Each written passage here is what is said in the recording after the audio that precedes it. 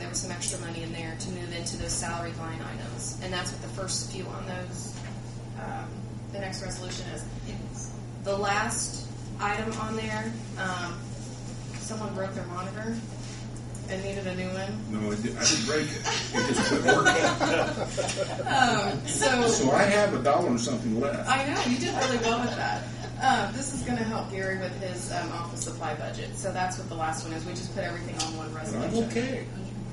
It was December 7th. Just wait till January and you have. We figure if we move You won't do much between now and the end of the year. Take vacation. He called me up and said, I broke my monitor. I broke the monitor. No, he can't call me up and say it don't work. So that's what those two resolutions are for. So I told him to go buy one. So I found out how much money I had. I had $51.20 left. I gave her $49 something for the monitor. The only thing We already Don't have say the it. resolution done at this point. we already had used some of that money for some of his other purchases. So we're just moving. But you want a budget now. I am. It's all gone too. We are. That's the reason why we're moving that cellular phone money's up there. Well, I'll make a motion to pass ordinance 2009-22. Can we do them both together? Yes, let's do them both. And 23.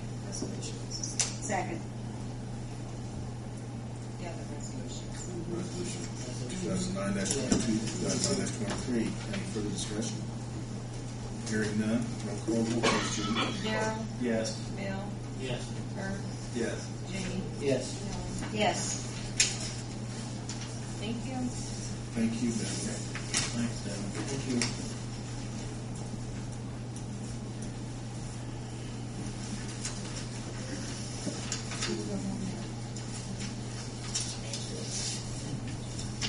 Next item on the agenda is discussion only, the solicitation ordinance. Doesn't know if you've had time to look at it or not. Helen, you've been out of town, haven't you? I guess I have a We question. had it before I left. Okay. I got a question about it, Gary. Sure. One thing I don't know that it addresses real well is like non-profit organizations, like maybe Boy Scouts and some popcorn or baseball or softball. They do raffle tickets and things like that. And maybe I'm missing it, but I don't know that it really covers them in any of these exemptions. We kind of went over a lot of this off of Columbus, correct? Yeah, probably the base of this was the town of Fishers in Indianapolis. What happened was, as council is aware, is communities across, not just the state, but across the United States, struggle with these solicitation ordinances and people being pushy vendors. I made contact with IACT and said, what are they doing? And IACT sent me the town of Fishers, which is important because there was a Supreme Court case that came down in recent years, and I wanted something that came in after that. And they sent me the town of Fishers, and we went in Columbus. We went through it, made adjustments, specific adjustments. I think I may have a section going with E to your questions. Section E on page 3. 2E, yeah. Bottom of that paragraph. But long and short, I know the city of Columbus went through a long, detailed process with this. This is a suggested ordinance. It may not be what Greensburg wants, but I've gone over this with the chief of police. It seemed to appeal to him. The application of it seemed to be reasonable.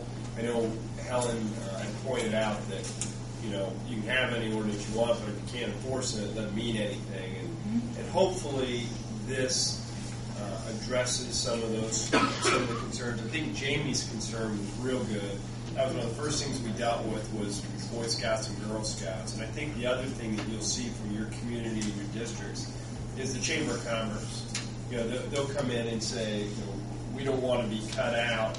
And I think what this is really geared to do is to cut down on your residential door-to-door solicitation, but not prevent people in the business district to do what's called cold calling, I guess, for the salespeople. Getting this this ordinance information out to the general public, how do you plan on addressing that? And not just once, but periodically, so that they're aware that if somebody comes to their door, that they can ask for their ID or whatever. That's my concern of having anything. If you have all this paper, but if you can't enforce it and the general public doesn't know about it, it doesn't do you any good to have it. I agree with you, Helen. That's the key, is to let the people know, make sure that they understand that there is something to protect them. And really, the only way we can do it is radio. Well, I mean, is that something that was talked about in doing and getting it on the radio and in the newspaper, that we do have this in the general public if they're having a problem, that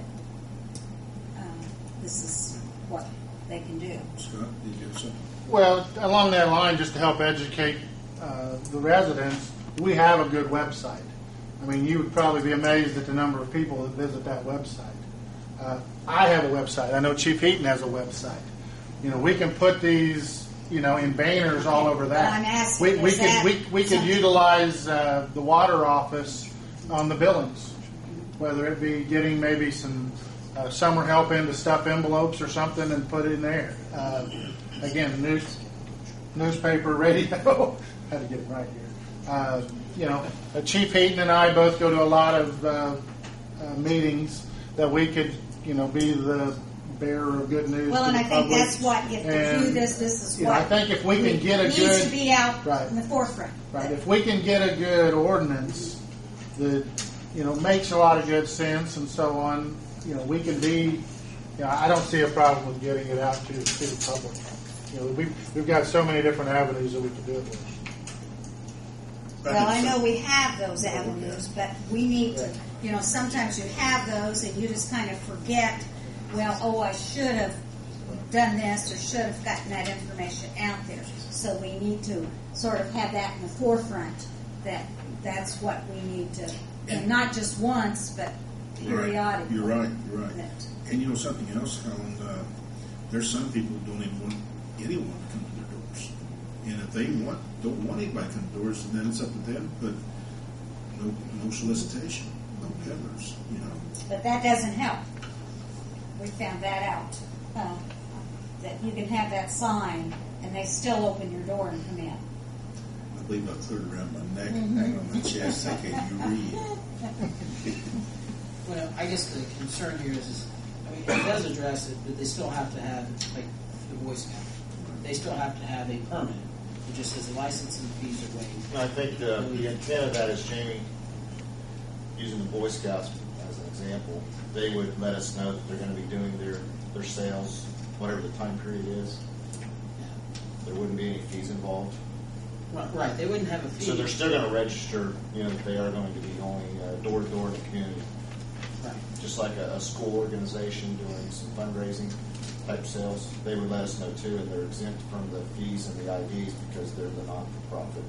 Tim mentioned since they were a minor, they'd only have to carry a copy of the permit or something, or a copy of the application. I think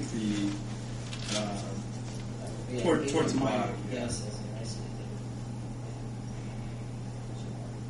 I mean, it's by no means a perfect ordinance. I know it because I'll crash it. So, it's probably as much as anything it's got some good ideas in there. If you want to look at it and say you want to add that to the existing ordinance, I think there were other ordinances that the mayor provided that may also be more fitting.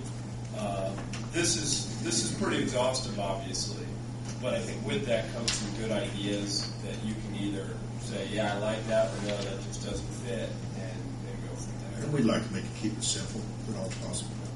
The thing I like about it, though, with having it applied with the police or whatever, is they know where you're at all the time. I mean, where those peddlers or where the Boy Scouts or anybody are at. So if you had any kind of trouble, not just with the Boy Scouts or not with just the people who are peddling, but with the neighborhood,